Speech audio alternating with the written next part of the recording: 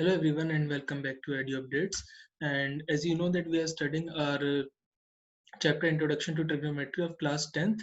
इसका पूरा इंट्रो जो है आपको हो चुका था. अब इसमें हमने सारा कुछ पढ़ लिया था, क्या होता है ट्रिग्नोमेट्री, उसके सारे फॉर्मूले जो हमने देखे थे, जो कि अभी तक रिक्वायर्ड है, वो हमने देख लिए थे. And now we are continuing with the exercise और एनसीईआरटी एक्सरसाइज 8.1. 8.1 के हमने कुछ क्वेश्चंस पहले करे थे, उसके आगे हम इस सीरीज को कंटिन्यू कर रहे हैं जिसमें एनसीईआरटी एक्सरसाइज की क्वेश्चंस हैं. एज यू नो कि एनसीईआरटी के जो बहुत क्वेश्चन जितने होते हैं ना, वो बहुत ही इंपॉर्टेंट है हमारे लिए. इवन अगर आपने कभी प्रीवियस ईयर बोर्ड के पेपर देखे होंगे, तो उसमें हमारा मेजर जो पोर्शन होता है, जो मेजॉरिटी जो क्वेश्चंस होते हैं, वो इवन हमारे एनसीईआरटी के होते हैं. और एनसीईआरटी के अगर एग्जैक्ट नहीं भी होंगे तो उसमें क्या होगा, ज्यादा से ज्यादा वैल्यूज चेंज कर दी जाती हैं और मैक्सिमम उसमें क्वेश्चंस आपको एनसीईआरटी के मिलते हैं. इसलिए भी एनसीईआरटी के क्वेश्चंस को सॉल्व करना बहुत ही ज्यादा इंपॉर्टेंट होता है. इनको क्वेश्चंस को हम स्किप नहीं कर सकते. सो इसलिए इसको हम कंटिन्यू करते हैं. So let's get started with our first question, that is if sin a is equals to 3/4 calculate cos a and tan a. पहले क्वेश्चन में हमें बोला गया है sin a गिवन है. यहाँ पे हमें जस्ट अ मिनट, यहाँ पे हमें sin a गिवन है 3/4. अब बोला गया है कि cos a और tan a कैलकुलेट करना है, राइट.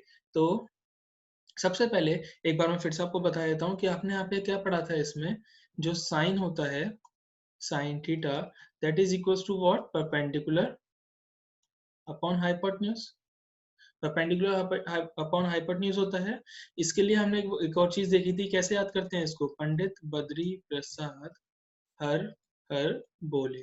मतलब P अपॉन एच जो होता है वो साइन होता है, B अपॉन एच होता है वो कॉस थीटा होता है, and P upon B that is perpendicular upon base is nothing but tan theta. But right now हमें यहाँ पे क्या गिवन है, साइन A गिवन है. तो we can say that sine A is equals to perpendicular upon hypotenuse which is equals to 3/4.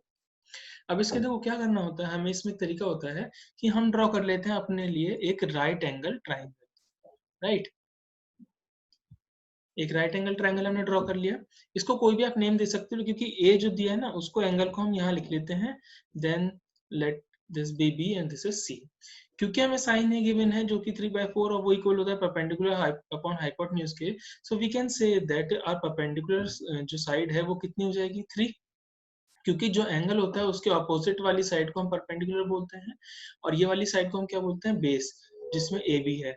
अब ये जो एच है वो कितना है, 4. इट मींस AC 4 हो जाएगा. तो अकॉर्डिंग टू पाइथागोरस थ्योरम आप सभी को आई गेस पता होगी. पाइथागोरस थ्योरम के अकॉर्डिंग जो हाइपोटेन्यूज का स्क्वायर होता है वो इक्वल होता है perpendicular square plus base square के. So from this we can say that 4 square is equals to 3 square plus, यहाँ पे बेस कितना है, AB, दैट इज AB का स्क्वायर. ये जो B है ये बेस के लिए लिखा है मैंने, और ये B है जो इसमें नेम में यूज हुआ है. तो अब on solving it further, this is 16 minus 9 is equals to AB square. So we can say that AB is equals to root of what, 7. So हमारे पास बेस कितना आ गया ये. अब हमारे पास तीनों चीज आ चुकी है, परपेंडिकुलर भी, हाइपोटेन्यूज भी, बेस भी. तीनों चीज हमें पता है. अब आपसे कुछ भी कैलकुलेट करा है, चाहे कॉस या टेन या कोसेक सेक कॉट, कुछ भी कैलकुलेट करा ले, आप सब कर सकते हो. कैसे कर सकते हैं, देखो. अब इसमें हमें क्या करना है, यहाँ पे सिंपली हम इसको देखेंगे कि हमें कॉस निकालना है. तो cos A is equals to what, यहाँ पे हमने देखा B अपॉन एच होता है, मतलब कि base upon hypot, which is equals to, base कितना आ गया हमारे पास, √7, डिवाइड बाय हाइपोट कितनी है, 4, जो कि AC है. तो ये हमारे पास cos A आ गया, सिंपल सा. इसी तरीके से tan A निकालेंगे. tan A क्या होता है यहाँ पे, परपेंडिकुलर अपॉन बेस. तो परपेंडिकुलर अपॉन बेस, यहाँ पे परपेंडिकुलर कितना है, BC, और बेस कितना है इसका, AB. BC मतलब कि 3 एंड AB इज √7. तो हमारे पास cos A की वैल्यू आ जाती है और tan A की भी वैल्यू यहाँ पे हमारे पास दोनों कैलकुलेट हो चुकी है. तो ये आपका एक एनसीईआरटी एक्सरसाइज 8.1 का ही क्वेश्चन था. अब इसके बाद हम नेक्स्ट पे मूव ऑन करते हैं.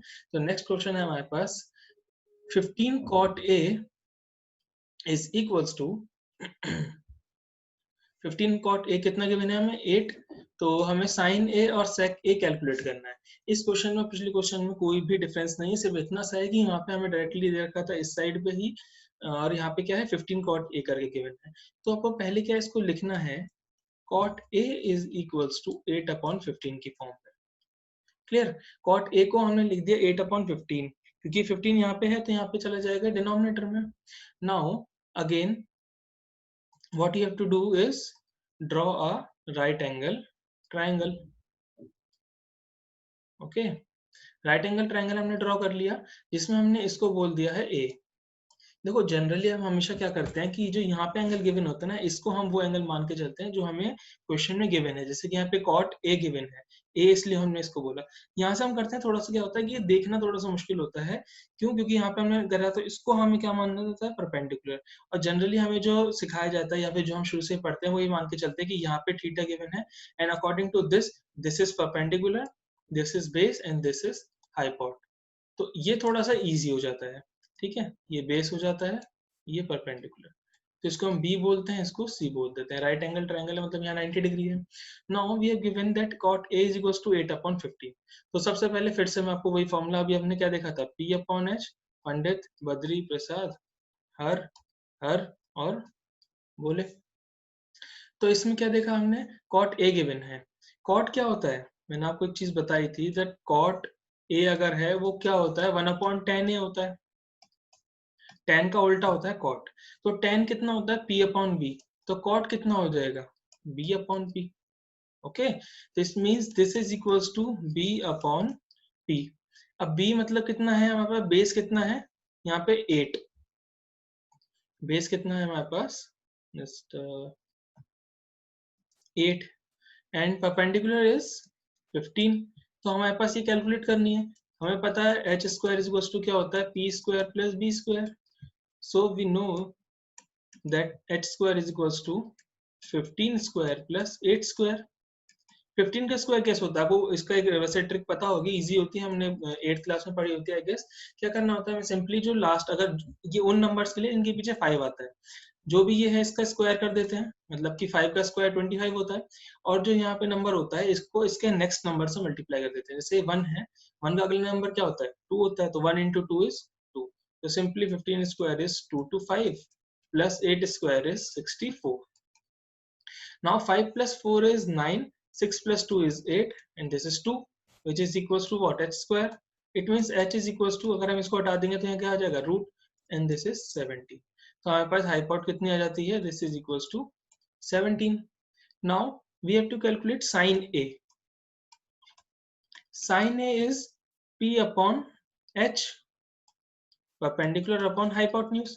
perpendicular कितना है यहाँ पे, BC एंड हाइपोटेन्यूज AC। अब BC की वैल्यू कितनी है यहाँ पे, 15 एंड AC की वैल्यू कितनी है, अभी हमने कैलकुलेट किया 17। So sine A is equals to 15/17। I guess ये सबको क्लियर होगा। ठीक है, इसके बाद अगर किसी को भी ये समझने में प्रॉब्लम आ रही है कि ये क्या बता दिया है या फिर ये फिगर कैसे बनानी है, तो इसका जो हमने जो पहली वीडियो आपको बनाई थी, इंट्रोडक्शन टू ट्रिग्नोमेट्री, उसमें सारा कुछ समझाया गया कि कैसे इसका हमने ये बनाया गया फिगर, या फिर ये पी, बी और पी, ये सब चीज क्या है। तो प्लीज उसको आप देखो, अगर वो समझ इसमें आपको समझ नहीं आ रहा तो उसको जाके देखो, उसको देख के फिर इसके बाद इसके क्वेश्चन को फॉलो करना। ओके, चलो तो नेक्स्ट क्वेश्चन हम देखते हैं। नेक्स्ट क्वेश्चन में हमें बोला गया है sec A। sec A, अब क्योंकि sec A जो होता है, ये चीज भी उसमें बताई गई है कि ये जो उसका उल्टा है sec A cos A, ये सब क्या है, तो sec A is what, 1/cos A। cos का रिवर्स होता है sec। ठीक है, cos क्या होता है, B/H, तो ये क्या हो जाएगा, H/B। इसको हम एक बार यहाँ पे भी लिख लेते हैं, this is hypot divided by base. Hypot कितनी है, AC, बेस कितना है, AB। AC क्या है, 17 and AB is 8। So here sec A is equals to 17/8।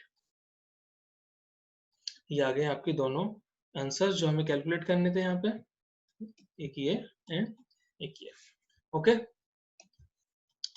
चलो सो इसके अब हम नेक्स्ट क्वेश्चन करते हैं। नेक्स्ट क्वेश्चन में क्या बोला गया है, if angle A and angle B are acute angles. Acute angles आपको पता होंगे I guess, less than 90 degree, या फिर इसको ऐसे लिख सकते हो आप 0 से 90 डिग्री वाले, 0 से 90 डिग्री वाले जो एंगल्स होते हैं वो एक्यूट एंगल्स होते हैं, such that cos A is equals to cos B, then show that angle A is equals to angle B। Question में हमें बोला गया है कि एंगल A और एंगल B जो है वो दो एक्यूट एंगल हैं किसी एक राइट एंगल ट्रायंगल के अंदर मान लेते हैं।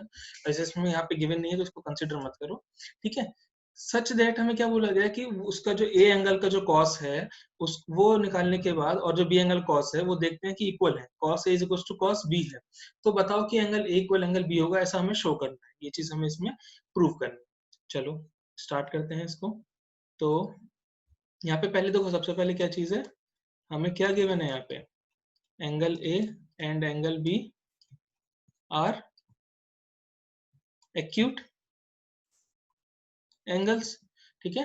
और दूसरी चीज क्या गिवन है, ये फर्स्ट है, एंड सेकंड पॉइंट हमें जो गिवन है cos A is equals to cos B, ठीक है। चलो and we have to show what, that angle A is equals to angle B। हमें क्या शो करना है इसमें, एंगल A जो है वो इक्वल है एंगल B के, ओके। अच्छा, तो अब हमें इसमें ये प्रूव करना है, तो मैंने अभी आपको एक चीज बोली थी, इसको राइट एंगल हम मान के चलते हैं, ठीक है। ये चीज मैंने आपको शायद अभी गलती से बोल दिया था कि इसको कंसिडर मत करो, बट इस क्वेश्चन को सॉल्व करने के लिए हमें ये देखना पड़ेगा, मतलब मानना ही पड़ेगा कि राइट एंगल, क्योंकि यहाँ पे एक ही उसका पार्ट गिवन नहीं है, ठीक है, अलग अलग नहीं है, एक ही ट्राइंगल के पार्ट हैं ये दोनों, एंगल ए और एंगल बी।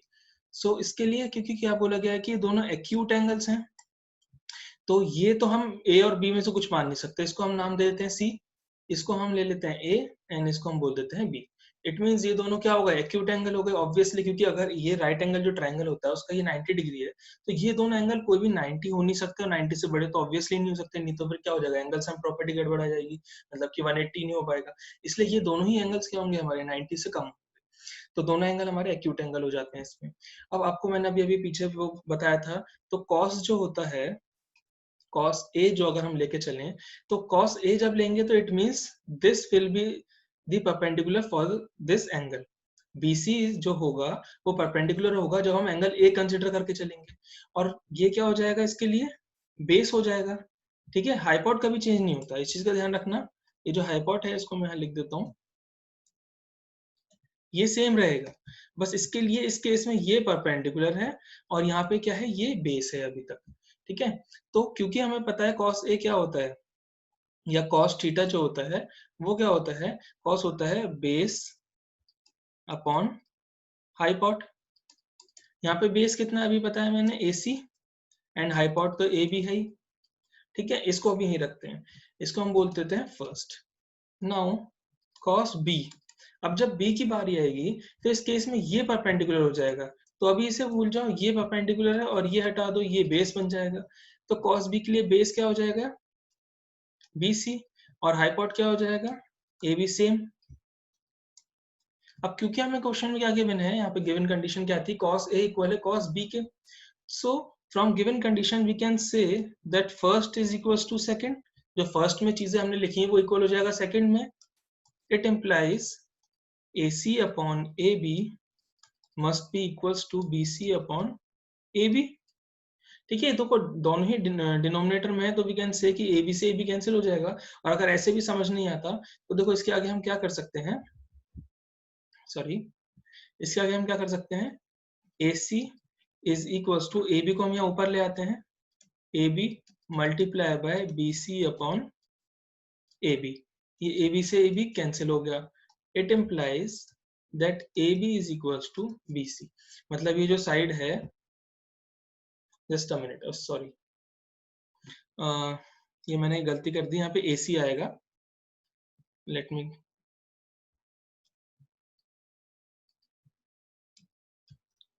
इम्प्रूव, ओके, ठीक है। आई गेस आपने नोटिस कर लिया होगा कि मैंने यहाँ पे गलत लिख दिया था, ये क्या आएगा, देखो A भी यहाँ पे गया ना, तो AC आएगा, so this is also AC, it means AC is equal to BC, मतलब ये वाली जो साइड है ना ये इसके इक्वल हो जाती है।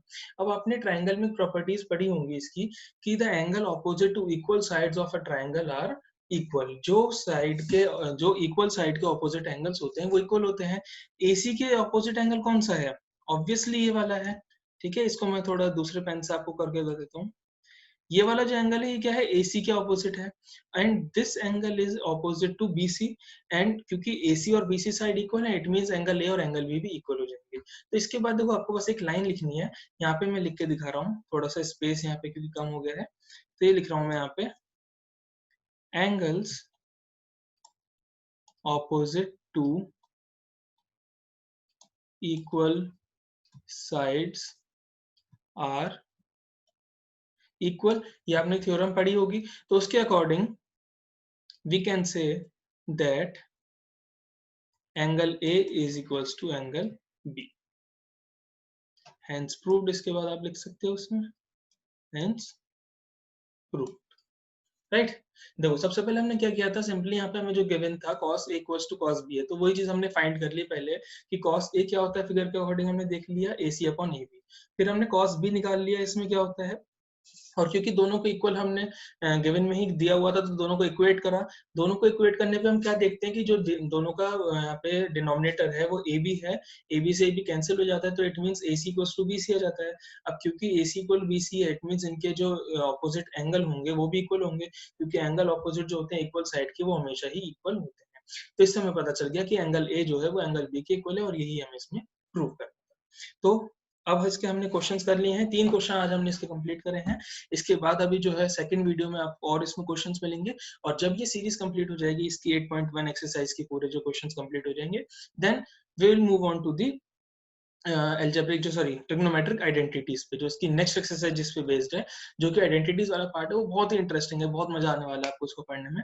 तो उसको देखते रहिए, ये वीडियो अपनी देखो, इसको पढ़ो, अच्छे से क्वेश्चन सॉल्व करो, और अगर इसमें कुछ भी प्रॉब्लम आती है तो इसकी जो पिछली वीडियो है उसको भी आप देखो, कंसिडर करो उसको, देखना कि उसमें क्या क्या हमारे जो बेसिक्स मैंने आपको समझाए वो समझ आएंगे। ये पढ़ क्यों रहे हैं आपको, पहली बात जो ट्रिग्नोमेट्री वो कहाँ यूज होता है, इसका एप्लीकेशन क्या है वो उसमें समझ आएगा, वो देखो।